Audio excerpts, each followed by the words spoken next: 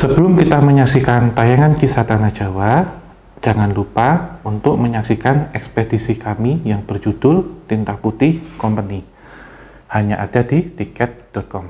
Tidak hanya membicarakan tentang cerita mistis saja, tetapi Tinta Putih Company juga akan memberikan sudut pandang kita bagaimana menyikapi tentang sejarah yang selama ini disalahartikan. Dan jika kebenaran dari sejarah tersebut dapat membangkitkan rasa nasionalisme kita, apakah perlu kita dijajah lagi? Dari situ tuh udah mulai kayak ada yang aneh, Mas. Posisi hujan gerimis ya itu ya. Harusnya kan mau nggak mau dia tetap basah kan, karena kena hujan nggak mau pakai mantel. Dan dia tuh di situ kering. Atau mungkin karena pandangan saya kurang itu ya pas gerimis ya. Tapi kayak kering di situ.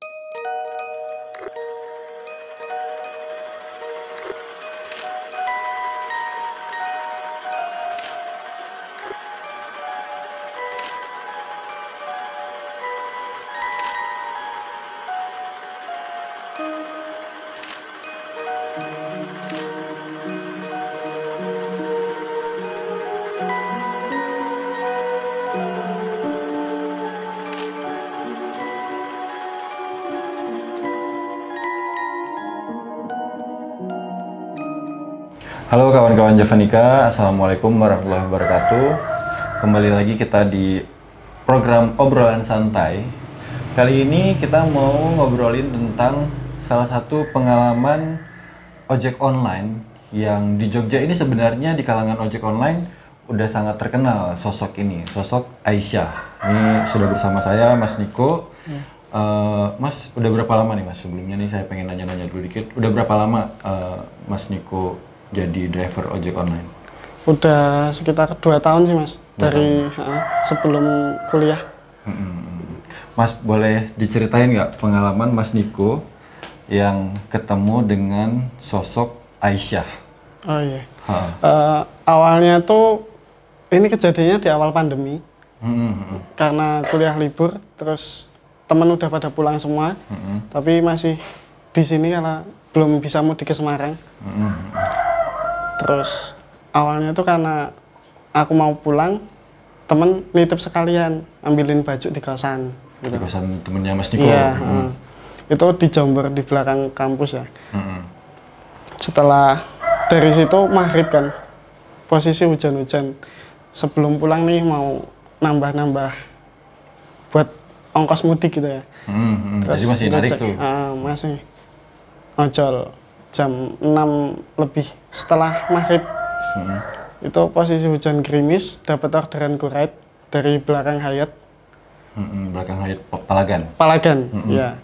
Dari situ ngambilnya tuh di Komplek Belanda. Terus awalnya udah biasa aja ya, kayak jemputnya udah sampai di situ ya sesuai SOP gitu. Cuman kan posisi gerimis, saya nawarin ke mbaknya, "Mbak mau pakai mantel nggak?" "Nggak." Terus udah biasa aja, pakai helm biasa, terus sambil jalan lah menuju ke tempatnya. Menuju tempatnya, Mas nganter ke tempatnya tujuannya itu ya, tujuannya di Pangukan Sayagan. Sayagan. Iya, itu saya putar dari Jalan Magelang menuju ke arah SCH, terus belok kiri lewat yang jalan bawah itu. Nah di situ mbaknya mulai kayak nanya-nanya gitu. Ngajak ngobrol lah. Ngajak ngobrol. "Masnya di sini sendiri?" "Iya," saya jawab sendiri. "Sambil kuliah atau gimana, Mas?" Terus saya jawab sambil kuliah. Setelah itu mbaknya tuh, saya nggak nanya, mbaknya ngasih tahu, "Saya juga kuliah Mas di daerah Malioboro, kecantikan," gitu. Saya kan yang baru pertama di sini nih, nggak tahu kalau di Malioboro ada kampus kecantikan. Saya udah biasa aja gitu. Terus sambil jalan lagi, sambil mbaknya nanya-nanya. Terus kan saya lihat di map ya, kalau jalan itu harusnya masih lurus, terus baru belok. Karena saya lewat jalan utama gitu kan. Ngikutin rute yang ada di mapsnya. Iya. Terus mbaknya, "Mas mau lewat jalan pintas aja Mas, habis ini ke kiri." Gitu. Mbaknya ngasih tahu gitu. ya saya ya mungkin karena orang baru di sini tuh nurut aja ya, mungkin itu emang jalan pintas, tapi setelah masuk itu kayak jalannya tuh udah jalan menuju ke kuburan gitu Mas. Dari awal masuk aja udah kaget, ada plastik nyangkut di kabel gitu, kan kayak kepala gantung, posisi pas hujan gerimis ya masalahnya, jadi kayak maghrib lagi gitu, udah habis lewat tuh biasa aja, masih merinding gitu. Terus mbaknya nanya lagi, masnya tahu kisahnya Aisyah nggak Mas?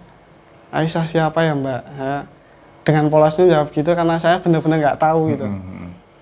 Terus udah jalan lagi, saya nggak nanya, habis nurunin di rumahnya nggak jauh dari kuburan itu, nurunin di situ, saya tanya lagi, emang Aisyah itu siapa mbak? Gitu. Terus masnya kalau tanya telat, nggak dari tadi, kan saya juga nggak tahu kan gitu. Habis dia turun ngasih duit 100.000, padahal ongkosnya tuh cuma 15.000. Terus mbak yang kecil aja, kalau ada, saya nggak ada soalnya. Mbaknya juga nggak ada, saya nggak ada. Sebenarnya suruh bawa 100.000-nya itu. Mbaknya nyuruh ya udah ambil aja gitu. Ambil aja udah. Ya enggak mbak, soalnya kan juga 15.000 tuh deket gitu. Udah bawa aja gitu. Terus akhirnya dari Mas Niko ya udah nggak usah bayar gitu mbaknya. Dari situ tuh udah mulai kayak ada yang aneh Mas. Posisi hujan gerimis ya itu ya. Harusnya kan mau nggak mau dia tetap basah kan. Karena kena hujan nggak mau pakai mantel. Dan dia tuh di situ kering. Atau mungkin karena pandangan saya kurang itu ya pas gerimis ya. Tapi kayak kering di situ tuh. Di badannya bajunya tuh kering aja gitu. Setelah itu udah ya kayak biasa aja karena saya nggak tahu kisahnya Aisyah gitu kan. Terus saya jalan lagi, dapat orderan di rumah makan seafood daerah Palagan. Di dekat pom bensinnya itu Mas, ke utara dikit. Nah, di situ saya ketemu bapak-bapak ojek online lainnya. Saya tanya ke bapaknya, Pak, Aisyah itu siapa sih Pak? Bapaknya tuh nggak mau jawab. Kenapa toh Mas? Terus Masnya cerita dulu deh gitu. Bapaknya tuh nyuruh saya cerita biar mungkin ceritanya valid nggak nih sama kejadiannya. Soalnya kan emang yang ditemuin sama Aisyah itu orang yang belum tahu. Yang belum tahu yang cerita belum tahu Aisyah ceritanya. Terus saya cerita ngambilnya di sini Pak, terus nganter ke sana. Di tengah jalan dia bilang kuliah di kecantikan, terus dia nyuruh lewat sini gini tak ceritain yang saya cerita tadi. Terus bapaknya bilang, ya itu Aisyahnya Mas. Udah wah nggak karuan kan, kok bisa boncengin Aisyah gitu. Terus di situ baru mulai Mas Niko ngerasa takut gitu. Mulai ngerasa takut, terus kan bapaknya bilang, lah Masnya nerima nggak uangnya? Enggak Pak, karena nggak ada kembalian. Untung Masnya nggak nerima. Kalau Masnya nerima, Masnya diputerin di daerah situ aja gitu. Kata si bapaknya. Kata si bapaknya itu. Jelasin ceritain siapa itu Aisyah. Terus bapaknya tuh bilang gini, emang Aisyah tuh nggak nampakin kayak yang langsung ngilang atau kita lihat wujud kunti atau gimana gitu. Enggak, karena ya dia cuma iseng gitu. Tapi kalau kamu nerima uangnya itu, kamu cuma diputerin di daerah situ. Disasarin lah istilahnya. Disasarin, nggak bisa pulang. Untung nggak nerima. Untung nggak nerima, soalnya kan terlalu banyak juga kan 100.000. Iya. Terus habis itu aku nelpon teman-teman nih yang di base camp. Kan kalau Gojek ada base campnya. Minta tolong dong ke sini. Aku habis dapat orderan itu gitu kan. Terus disamperin, dibawa ke base camp dulu. Habis itu aku nyeritain, kan mesti ada nih teman yang nggak percaya, wah bohong nih gitu. Habis itu kita survei rame-rame ke sana, ke tempatnya, buat nentuin itu tuh beneran atau enggak gitu kan. Balik ke titik Masnya nganterin Aisyahnya itu. Pas balik ke titik sana, sampai ke rumahnya itu tutupan semua, nggak ada orang. Terus saya tanya ke seberangnya, itu kan di perumahan gitu kan. Terus ke seberangnya tanya ke tetangga-tetangga, tetangganya tuh bilang kalau rumah yang itu udah kosong selama 6 bulan mas, nggak ada yang nempatin. Terus nama yang itu nggak ada juga mas. Kalau di Gojek kan ada riwayatnya itu kan. Nah itu saya orderan yang si perempuan ini tadi jadi nggak ada. Riwayat chatnya kan ada. Itu tapi orangnya itu nggak ada itu. Orangnya benar-benar nggak ada di situ. Terus si udah nentuin gitu, baru teman-teman tuh percaya kalau aku dapat orderan itu gitu. Nganterin yang namanya sosok Aisyah. Itu. Itu biasanya ngasih tahu kalau dia kuliah di situ, terus ya itu sambil nanya ke orangnya tahu Aisyah nggak gitu. Terus setelah sama teman-teman ngelihat rumah itu dan ternyata rumah itu kosong, terus dianterin pulang. Nggak berani tidur sendiri mas. Itu Mas Niko ngerasainnya apa waktu itu? Ya kayak merinding, takut di masih nempel gitu atau gimana gitu kan. Oke. Nah terus dari teman-teman Mas Niko ada cerita, maksudnya ngasih tahu nggak ternyata Aisyah ini siapa kayak gitu yang di base camp iya. itu? Setelah kejadian itu baru dikasih tahu Aisyah tuh gini. Sukanya order ke orang yang kayak kurang fokus kalau di jalan gitu. Maksudnya yang terlalu nggak fokus gitu. Terus setelah Mas Niko ngerasa takut akhirnya dianterin pulang sama teman-teman. Malamnya gitu Mas Niko ada kejadian apa ngalamin kayak mimpi? Setelah sampai di base camp itu pada nyium jaketnya wangi banget itu mas. Beneran nggak bohong. Itu ada 5 orang dari base camp saya yang ikut nganterin survei tempatnya itu. Maksudnya beneran setan atau enggak. Setelah itu baru kecium jaketnya tuh wangi. Jaketnya Mas Niko itu? Yang dipakai tuh wangi. Terus habis sampai di kosan, nggak berani saya di kosan sendirian. Saya copot semua baju yang saya pakai, saya rendam, saya mandi, terus udah tidur sampingnya temennya. Nggak berani tidur sendiri, sampai nggak berani tidur sendiri? Nggak berani. Karena Mas Niko masih ngekos ya? Iya, masih ngekos. Tapi ngalamin ini nggak setelah kejadian itu, malamnya gitu mimpi atau apa gitu? Kalau mimpi nggak, tapi kayak jadi akunnya gacor itu mas. Akun Gojeknya. Jadi seminggu tuh, itu padahal posisi pandemi ya. Itu seminggu tuh bisa buat beli laptop. Berarti memang jadi gacor banget akunnya tuh. Nggak tahu itu membawa rezeki atau gimana, atau mungkin kebetulan orang pada ngetip gitu kan. Soalnya banyak banget tip seminggu itu gitu. Oh gitu? 50.000 tuh sering banget. Oh gitu? Iya. Setelah kejadian itu gitu. Ya, mungkin kalau kita ngelihat dari sisi baiknya ya mungkin ngebawa rezeki atau ya mungkin memang cuma kebetulan. Nah, setelah Mas Niko tahu tentang cerita Aisyah nih, nah sebelum aku lanjut, aku pengen nanya, pas di jalan sebelum ngobrol dengan sosok perempuan yang Mas Niko anterin ini, ada ngerasa takut atau ngerasa ada yang aneh gitu? Takutnya itu karena mungkin saya baru pertama di sini ya. Dia yang milih jalan terus, tapi jalannya tuh kayak ada jalan utama. Kenapa sih milih jalan yang gelap-gelap gitu? Yang lain ya, lebih ke takut karena faktor keamanan dan karena Mas Niko juga masih baru belum tahu jalan di sini gitu. Tapi nggak kepikiran untuk ya serem atau horor kayak gitu sebelum akhirnya tahu tentang sosok Aisyah ini gitu. Kayak ya udah gitu, nggak tahu. Wah. Teman-teman Mas Niko sendiri pernah ngalamin? Ada Mas Niko ada yang tahu pernah? Kalau teman di base camp tuh enggak, tapi kalau teman yang di luar sana gojek-gojek lain itu ada. Ya dapatnya ceritanya persis kayak gitu. Persis seperti itu.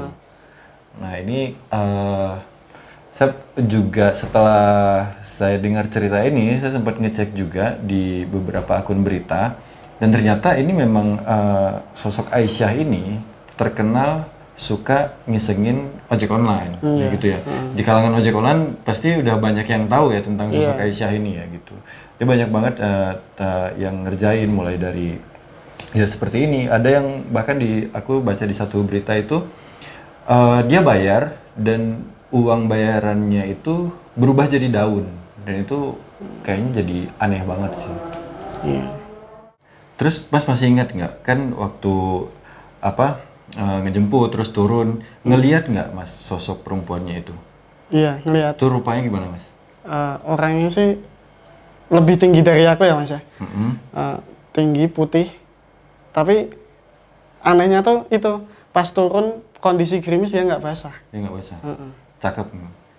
Iya, pucat gitu sih. Pucat, mukanya pucat gitu. Putihnya putih pucat gitu. Serem juga ya. Nah setelah kejadian itu, Mas ada pengalaman lain nggak? Semalam sih Mas sebelum speak up di sini, habis nelpon Mas itu ya, terus kayak itu tuh nggak tahu ini boleh cerita apa enggak. Habis telepon itu kan harusnya kemarin itu ya kita cerita. Jadi 2 hari yang lalu saya dapat kontaknya Mas Niko dari teman-teman yang di base campnya Mas Niko kan, terus cerita ada nih namanya Mas Niko. Terus aku kontak Mas Nikonya, aku telepon. Nah setelah aku telepon itu, setelah habis aku nyeritain itu ke Mas, aku dapat orderan tuh arah ke sana lagi gitu loh. Oh gitu. Dan gelap banget Mas sumpah. Kayak motor tuh sampai karena aku takut atau gimana ya, habis nyeritain itu. Kayak motor tuh aku gas nggak bisa jalan-jalan gitu. Kayak berat gitu. Sumpah. Oke, setelah ngalamin kejadian itu sampai Mas Niko ya takut banget lah ceritanya. Mas Niko masih keluar jalan malam kayak gitu, ngalong? Masih, tapi kayak nggak langsung seketika itu langsung tetap masih ngalong gitu nggak. Tapi kayak nunggu waktu cari aman gitu Mas. Gitu sih. Ini disclaimer ya. Ini entah orang iseng atau gimana atau cuma pengen minta gratisan dengan bawa-bawa cerita kayak gitu. Tapi yang dialamin sama yang Mas dialamin Niko itu kayak aku gitu. Ya itu tadi cerita salah satu pengalaman Mas Niko sebagai ojek online tentang sosok Aisyah yang sebenarnya di kalangan ojek online udah lumayan cukup terkenal ya. Terima kasih Mas Niko udah berbagi cerita dengan kita. Iya, pada dasarnya sebenarnya memang kita ini sebagai manusia hidup berdampingan dengan katakanlah makhluk gaib seperti itu. Selama kita secara pribadi tidak ada tujuan untuk mengganggu, mudah-mudahan kita nggak sampai mengalami hal-hal yang merugikan. Karena ya memang seperti itu, kita di alam ini ada manusia dan ada makhluk tak kasat mata yang kita hidup secara berdampingan. Terima kasih buat kawan-kawan yang sudah menonton video ini. Terima kasih juga buat kawan-kawan yang udah join membership. Jangan lupa kita ada program Tinta Putih Company yang sudah bisa dibeli tiketnya. Link pembelian tiketnya kita cantumin di deskripsi. Terima kasih teman-teman semuanya yang udah subscribe. Jangan lupa komen dengan komen yang positif. Like kalau misalnya kawan-kawan suka video ini. Saya tutup. Wabillahi taufiq wal hidayah. Wassalamualaikum warahmatullahi wabarakatuh.